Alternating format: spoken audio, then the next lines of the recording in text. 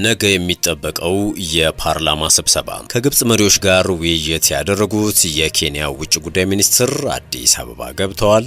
እንመለስበታለን። የንግድ ባንክ ገንዘብ ዝውውሮችን ጨምሮ የቴሌብር አገልግሎት ክፍያ ከልክ በላይ ከፍ ማለቱ ቅሬታ አስነስቷል። ታፍነዋል የተባሉት ጄኔራል እንዲለቀቁ ተወስኗል። ከመቀለ እንዳይወጡ የተከለከሉት ጄኔራል ጉዳይ፣ እንደዚሁም የኢትዮጵያ አየር መንገድ ከነገ ጀምሮ ወደ ትግራይ ክልል መደበኛ በረራ ይጀምራል የሚሉ መረጃዎችም እየወጡ ነው። ምን ያክል እውነት ነው? ትግራይን ተመለከቱ መረጃዎችን እንመለከታለን። አቶ ስዬ አብርሃ ኢሳያስ የጦር ነጋዴ ነው፣ የሻዕቢያ ተላላኪዎችን የጦር ነጋዴዎች እያሉ ዘልፈዋቸዋል። አንጋፋው የጦርና ፖለቲካ ሰው ምን አሉ የሚለውን እናጋራችኋለን። ጤና ይስጥልን ውድ ቤተሰቦቻችን፣ የሰዓቱ ዜናችን ነው ተጀመረ። በመግቢያችን ላይ ያነሳናቸው አበይት ጉዳዮችን ነው። ዝርዝር መረጃዎቹን ደግሞ እንደሚከተለው እናጋራችሁ። እንደተለመደው እያደመጣችሁ አብራችሁን ቆዩ ስንል በአክብሮት ጋበዝን።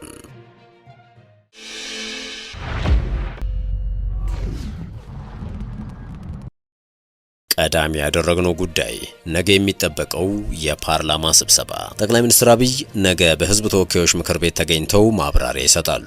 ስድስተኛው የኢፌዴሪ የህዝብ ተወካዮች ምክር ቤት 5ኛ ዓመት የሥራ ዘመን 10ኛ መደበኛ ስብሰባ ነገ ጥር 26 ቀን 2018 ዓ.ም ይካሄዳል። ጠቅላይ ሚኒስትር አብይ አህመድ በምክር ቤቱ መደበኛ ስብሰባ ተገኝተው የመንግስትን የ2018 በጀት ዓመት የ6 ወራት የዕቅድ አፈጻጸም ሪፖርት ያቀርባሉ። በተጨማሪም ከምክር ቤቱ አባላት ለሚነሱ ጥያቄዎች ምላሽና ማብራሪያ እንደሚሰጡ የህዝብ ተወካዮች ምክር ቤት መረጃ ያመለክታል።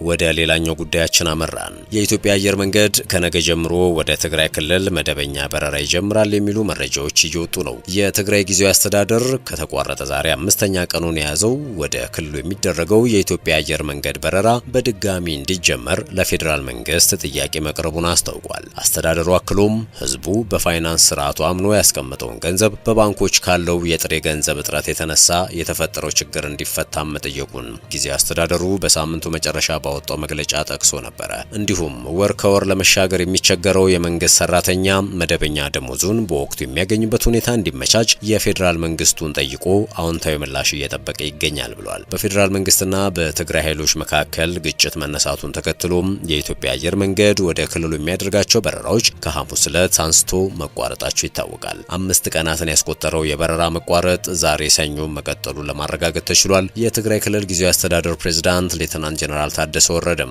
ይህ የበረራ መቋረጥ ወደ አዲስ አበባ ሊያደርጉት የነበረውን ጉዞ ማስተጓጎሉን በቃለ መጠይቃቸው ወቅት ገልጸዋል። ሰሞንኛውን ግጭትና ሌሎች ጉዳዮችን በተመለከተ ከፌዴራል መንግስት ጋር ለመወያየት ቀጠሮ እንደነበራቸው የገለጹት ፕሬዝዳንቱ በረራው በመቋረጡ ምክንያት ወደ አዲስ አበባ መጓዝ እንዳልቻሉ አስረድተዋል። በረራው የሚመለስ ከሆነ ውይይቱን ለማድረግ እንደሚጓዙን ጠቁመው ነበረ።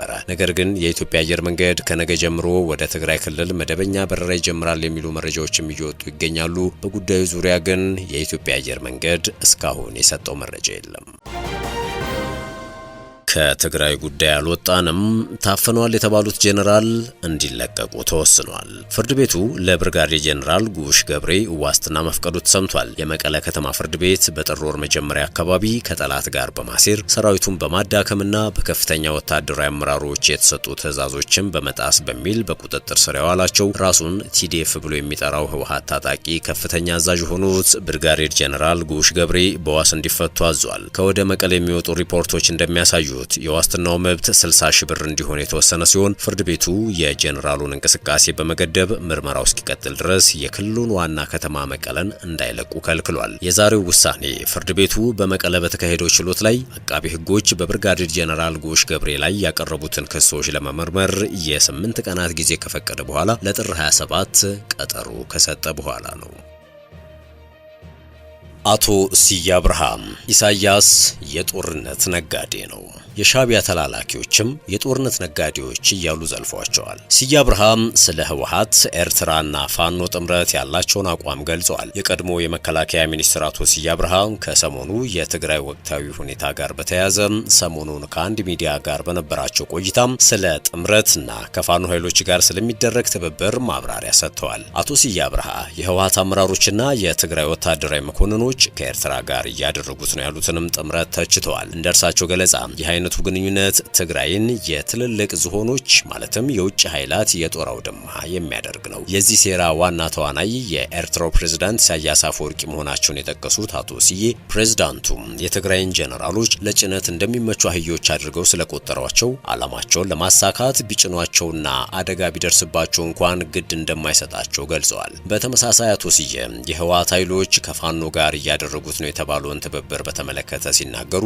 ከፋኖ ኃይሎች ጋር የሚደረግ ማንኛውም ግንኙነት የፕሪቶሪያውን የሰላም ስምምነት የሚያፈርስና ትግራይን ወደ ከፋ ችግር ውስጥ የሚከታት ነው ብለዋል። የተፈናቃዮች መመለስም ሆነ የትግራይን መሬት የማስከበር ጉዳይ በፕሪቶሪያው ስምምነት መሰረት በሰላማዊ መንገድ እንዲከናወን እየተሰራ መሆኑን ገልጸው በዚህም አቋም አጥብቀው እንደሚቀጥሉ አሳስበዋል።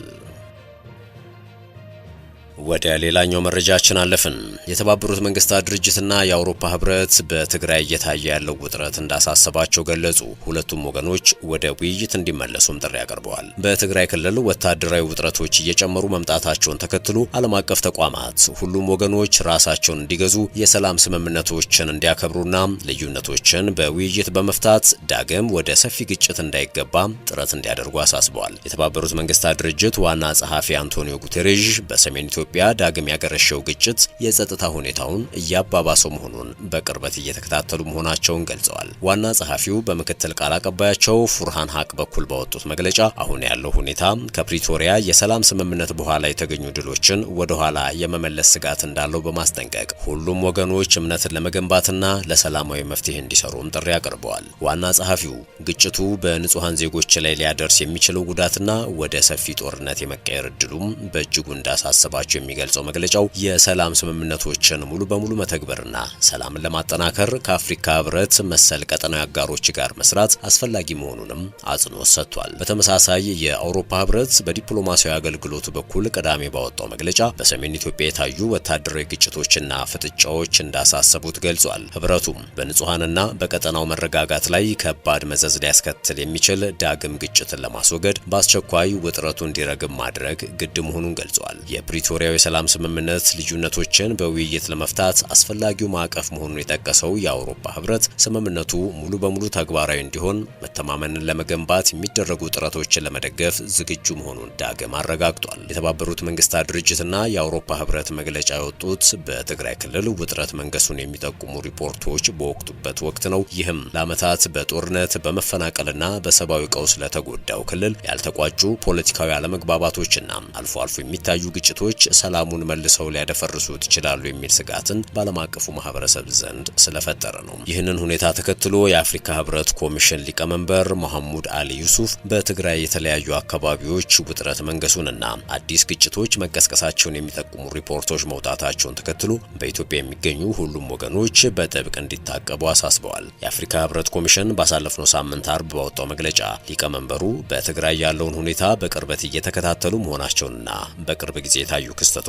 ከፍተኛ ስጋት እንደፈጠሩባቸው አስታውቋል። በፌዴራል መንግስትና በህወሓት መካከል በ2015 ዓመተ ምህረት በፕሪቶሪያ በተፈረመውና በአፍሪካ ህብረት በሚመራው የዘላቂ ግጭት ማቆም ስምምነት የተገኙ ድሎችን መጠበቅ እጅግ አስፈላጊ መሆኑን ሊቀመንበሩ ዳግም አጽንኦት ሰጥተውበታል። ዳግም ያገረሹት ግጭቶች ከፕሪቶሪያው ስምምነት በኋላ ሲደረጉ የነበሩ የማረጋጋት ጥረቶችን ወደ ኋላ የሚመለሱ እንቅፋቶች ሆነዋል። የሰብአዊ መብት ተሟጋቾችና ዓለም አቀፍ አጋሮችም ውጥረቱ እንዲረግብና ወደ ውይይት እንዲመለስ ግፊት እያደረጉ ይገኛሉ ተብሏል። ህወሓት የአፍሪካ ህብረት ኮሚሽን ሊቀመንበር መሐሙድ አሊ ዩሱፍ ሁሉም ወገኖች ራሳቸውን እንዲገዙ ያቀረቡትን ጥሪ መቀበሉ የተዘገበ ሲሆን ከፌዴራል መንግስት ጋር ያሉ ያልተቋጩ ጉዳዮችን ለመፍታት ብቸኛው አማራጭ ውይይት መሆኑንም ዳግም አረጋግጧል። ዜናችን እንደቀጠለ ነው።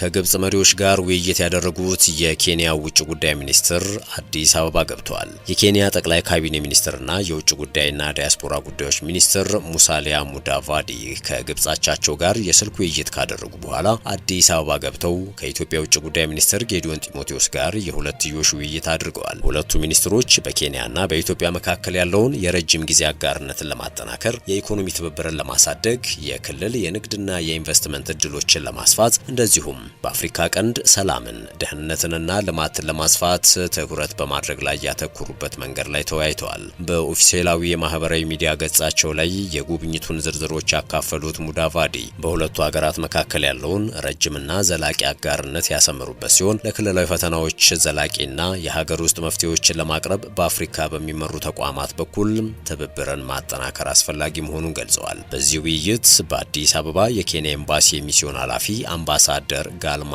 ኤምቦሩና የሚስዮን ምክትል ኃላፊ አምባሳደር ፔትሮሊና ዌር ተሳትፈዋል ተብሏል። ሙዳቫዲ ከአዲስ አበባ ጉብኝታቸው በፊት ከግብጽ የውጭ ጉዳይ ሚኒስትር ባደር አብድላቲ ጋር የስልክ ውይይት አድርገው ነበረ። በዚህም ውይይት የግብጽ ኬንያ ግንኙነት ጥልቀት ላይ አጽንኦት ሰጥተው በቅርቡ በተደረጉ ከፍተኛ ግንኙነቶች ሳቢያ በተንጸባረቀው የሁለትዮሽ ግንኙነት ላይ ያለውን አዎንታዊ እድገት አድንቀዋል ተብሏል። አብደላቲ እድገትን ለመገንባትና የጋራ ትብብርን ወደ ሰፊ አድማስ ለማሸጋገር ያለውን የጋራ ፍላጎት በደስታ ተቀብለዋልም ነው የተባለው። የግብጽ የውጭ ጉዳይ ሚኒስትር የጋራ ጥቅሞችን ለማምጣት የኢኮኖሚ የንግድና የኢንቨስትመንት ትብብርን ማስፋት አስፈላጊ መሆኑን ገልጸዋል። ኬንያ ባለፈው ዓመት ለተጀመሩት የናይል ተፋሰስ ፕሮጀክቶች ግብጽ ባቀረበችው የፋይናንስ ስርዓት ተጠቃሚ እንደምትሆን ተስፋ አድርገዋል። እንዲሁም ንግድን ማሳደግ፣ የጋራ ኢንቨስትመንቶችን መደገፍና በኬንያ ገበያ በተለይም በመሰረተ ልማት፣ በኢነርጂ፣ በግብርናና በኢንዱስትሪ ውስጥ ለግብጽ ኩባንያዎች እድሎችን መፍጠር አስፈላጊ መሆኑን አጽንኦት ሰጥተዋል ሲል የግብጽ ሚዲያ ዘግቧል። በአካባቢያዊና አህጉራዊ ጉዳዮች ላይ በየካቲት ወር አጋማሽ ላይ በሚካሄደው የአፍሪካ ህብረት የመሪዎች ጉባኤና በግብጽ ሊቀመንበርነት የአፍሪካ ህብረት የልማት ኤጀንሲ መሪ ኮሚቴ ስብሰባ ላይ ከመድረሱ በፊት የቅርብ ቅንጅቶች እንዲኖርም አጽንኦት ሰጥተዋል የተባለው ሁለቱ ሚኒስትሮች የጋራ ፍላጎቶችን ለማራመድና በመላው አፍሪካ መረጋጋትን፣ ሰላምንና ደህንነትን እንዲሁም ልማትን ለማሳደግ የቅርብ ምክክር ለማድረግ ተስማምተዋል። በመጨረሻ የንግድ ባንክ ገንዘብ ዝውውሮችን ጨምሮ የቴሌብር አገልግሎት ክፍያ ከልክ በላይ ከፍ ማለቱ ቅሬታ አስነስቷል። ቴሌብርን ጨምሮ ከኢትዮጵያ ንግድ ባንክ ወደ ሌላ ባንክ እንዲሁም ሌሎች ባንኮች የዲጂታል የገንዘብ ዝውውር የአገልግሎት ክፍያ መጨመር ቅሬታ እየፈጠረ መሆኑን ተከትሎ ማዕከላዊ ባንኩ ችግሩን በጥናት እንዲለይ ተጠይቋል። ባንኮቹ የዲጂታል ክፍያ ቴክኖሎጂዎች እንዲሁም ሶፍትዌሮችን ለማሟላት የሚያወጧቸው ወጪዎች ሽፋን ከፍተኛ መሆኑን እንደሚገልጹለት ብሔራዊ ባንክ አስታውቋል። በዛሬው ዕለት የፕላን በጀትና ፋይናንስ ጉዳዮች ቋሚ ኮሚቴ የብሔራዊ ባንክን የ6 ወራት የሥራ አፈጻጸም ክንውን ሪፖርትን ገምግሟል። በቋሚ ኮሚቴው የዲጂታል ክፍያ ቴክኖሎጂዎችን ከማስፋት አኳያ ተግባሩ አበረታች ቢሆንም በአንዳንድ የአገልግሎት ክፍያዎች ላይ እንደ ኤቲኤም፣ ፖስና የሞባይል ባንኪንግ የአገልግሎት ክፍያ መጨመር ቅሬታ እያስነሳ መሆኑን ተከትሎ ችግሩን ለመፍታት ምን ተደረገ ሲል ጠይቋል። በኢትዮጵያ ብሔራዊ ባንክ የፋይናንስ ተቋማት ሱፐርቪዥን ምክትል ገዥ አቶ ሰለሞን ወርቅነህ ጉዳዩ ላይ ምላሽ ሰጥተዋል። በምላሻቸው በባንኮቹ በኩል ለማየት እንደተሞከረው የቴክኖሎጂው ሶፍትዌሮች ወጪ ፈሰስ የሚደረግበት እንዲሁም የባለሙያዎች የስልጠና ወጪ ከፍተኛ መሆኑ ለአገልግሎት ክፍያው ከፍ ማለት ምክንያት እንደሆነ ገልጸውልናል ማለታቸውን ኢትዮ ኤፍኤም ዘግቧል። በተጨማሪም ባንኮቹ የእርስ በርስ ማናበቢያ ስርዓት የራሱን ወጪ የሚጠይቅ በመሆኑ የአገልግሎት ክፍያዎቹ ከወጪ አኳያ ነው የናሩ የሚለውን መረዳት ተችሏል ሲሉ አቶ ሰለሞን አስረድተዋል። በመሆኑም ባንኮቹ ኪሳራ ውስጥ ላለመግባት ወጪውንም በመሸፈን ትርፍን ማግኘት እንዳለባቸው መግለጻቸውን አንስተዋል። ብሔራዊ ባንክ ለባንኮቹ የአገልግሎት ክፍያ ቁርጥ ተመን ማስቀመጥ አይችልም። እንደዚያ ማድረግ የሚያስችል ዓለም አቀፍ አሰራርም የለም። በተጨማሪም ልክ አይደለም። ሆኖም የቁጥጥር ስራና ማሳሰቢያ እየሰራን ነው ሲሉ አክለዋል። በሞባይል ባንኪንግ ቴሌብርን ጨምሮ ከንግድ ባንክ ወደ ንግድ ባንክ እንዲሁም ወደ ሌሎች ባንኮች የሚደረግ የአገልግሎት ክፍያ ጨምሯል። ይህን ማጥናትና ጠለቅ ብሎ ማየት ያስፈልጋል ብለዋል። የተከበራችሁ የሸገር ታይምስ ቤተሰቦች የሰዓቱ ዜናችን አበቃ። ስለተከታተላችሁን ከልብ እናመሰግናለን። በያላችሁበት ሰናይ ጊዜ።